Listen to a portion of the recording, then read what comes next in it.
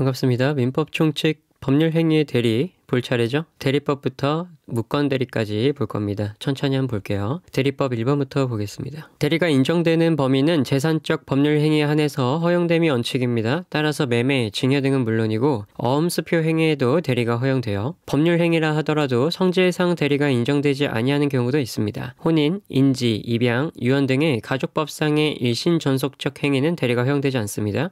화살표 한번 따라가 보면 혼인에 대해서는 대리가 허용되지 않는다. 법률 행위라고 해도 대리를 금지하는 법률 규정이 있고 또한 법률 행위의 성질상 대리가 적합하지 않은 경우에는 대리가 허용되지 않는다 라고 되어 있습니다. 다음 이어서 보면 준법률 행위는 의사표시가 아니므로 대리가 인정되지 않음이 원칙입니다. 우리 법률 행위 볼 때 법률 행위랑 준법률 행위랑 나눠서 봤었죠. 따라서 감정의 표시에 해당하는 용서에 대해서는 대리가 허용되지 않습니다. 예를 들어서 부정행위에 대한 용서는 대리로 이루어질 수가 없어요. 그러나 여기에서 준법률 행위 중에 의사의 통지, 관념의 통지와 같이 의사표시와 유사한 행위에 대해서는 의사표시 규정이 유추 적용이 가능하기 때문에 대리가 허용됩니다. 의사의 통지의 예로는 각종 최고와 거절을 들 수 있어요. 의사표시와 관념의 통지와 비교되는 개념이고요. 관념의 통지는 관념의 통지 혹은 사실의 통지라고도 하고요. 의사가 아닌 사실을 표시하는 사법상 행위를 말하는 대한민국 민법 용어입니다. 관념의 통지 예로는 주주총회 소집 통지, 채권양도 통지, 공탁 통지 등이 있습니다. 예를 들어서 채권양도의 승낙은 채권양도의 사실에 대한 인식을 표명하는 채무자의 관념의 통지이므로 대리인, 사자에 의한 승낙도 유효합니다. 준법률 행위 중에서 사실 행위에 대해서는 대리가 인정되지 않고요. 예컨대 가공, 물건의 현실의 인도 등에 관해서 제3자의 협력이 있더라도 그것은 대리가 아니라 사실상의 보조 행위에 불과합니다. 자, 이쯤에서 이거 한번 보고 갈게요. 적법행위에서 법률 행위랑 준법률 행위로 나뉘었었죠. 법률 행위는 계약과 단독 행위로 나눠졌었고 준법률 행위는 표현 행위와 사실 행위로 나뉘어졌었습니다. 근데 여기서 사실 행위에 대해서는 대리로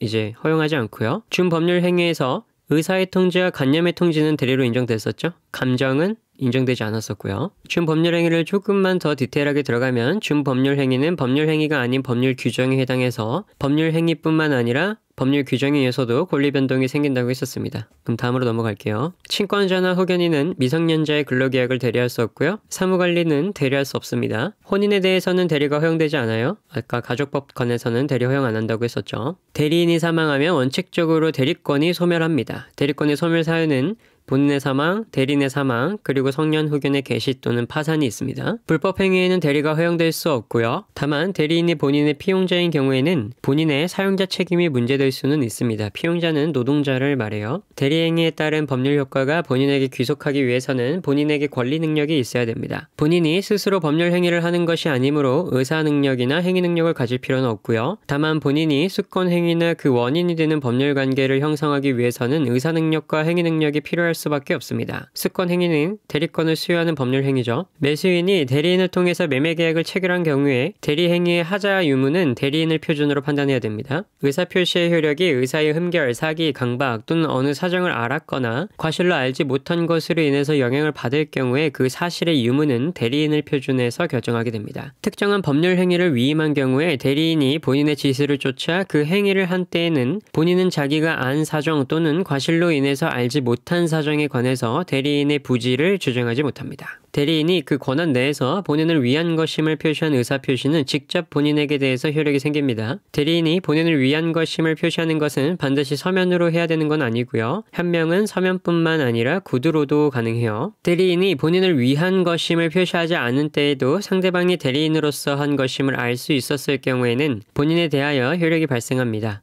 그러나 원칙적으로 본인을 위한 것임을 표시하지 않은 의사표시는 다른 사정이 없으면 대리인 자신을 위한 것으로 봅니다. 채무 이행의 최고에는 대리가 허용될 수 있습니다.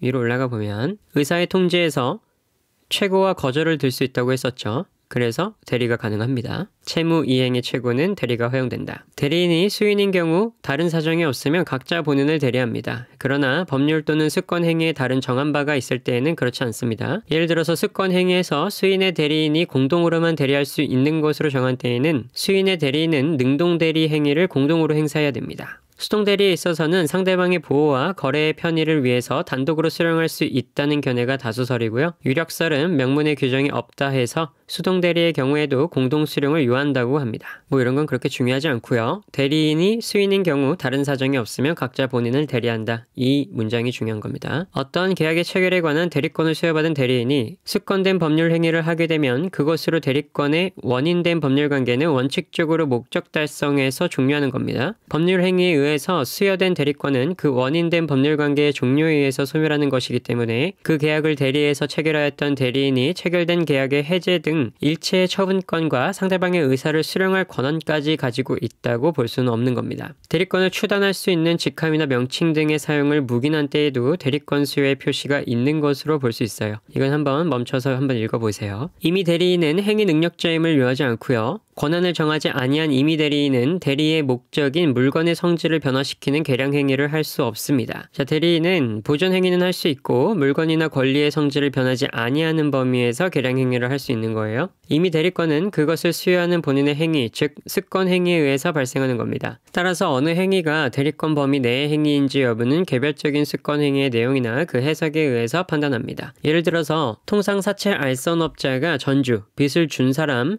전주를 위해서 금전소비대차 계약과 그 담보를 위한 담보권 설정 계약을 체결할 대리권을 수여받은 것으로 인정되는 경우라 하더라도 특별한 사정이 없는 한 일단 금전소비대차 계약과 그 담보를 위한 담보권 설정 계약이 체결된 후에 이를 해제할 권한까지 당연히 가지고 있다고 볼 수는 없습니다. 부동산 소유자로부터 매매계약을 체결할 대리권을 수여받은 자는 특별한 사정이 없는 한 그 매매계약에서 약정한 바에 따라 중도금이나 잔금을 수령할 권한까지 있습니다. 매매계약의 체결과 이행에 관해서 포괄적으로 대리권을 수여받은 대리인은 특별한 사정이 없는 한 상대방에 대해서 약정된 매매대금 지급기를 연기해줄 권한이 있어요. 그래서 어디까지 권한이 있는지 어떤 사항은 있고 어떤 사항은 없습니다. 그걸 잘 파악을 하셔야 돼요. 본인이 습권 행위를 처리하면 임의 대리권은 소멸하게 됩니다. 대리인은 본인의 허락이 없으면 본인을 위해서 자기와 법률 행위를 하거나 동일한 법률 행위에 관해서 당사자 쌍방을 대리하지 못합니다. 그러나 허락을 얻어서 쌍방 대리를 한 경우 대리 행위는 효력이 있어요. 허락을 얻었으면 새로운 이해관계를 창설하지 않는 채무의 이행에는 쌍방대리 금지의 규정이 적용되지 않습니다. 의외로 많이 나오는 문구입니다. 채무 이행에 관해서는 쌍방대리 금지의 규정이 적용되지 않습니다. 자, 대리법까지 봤고요. 이어서 대리권 보겠습니다. 수고하셨습니다.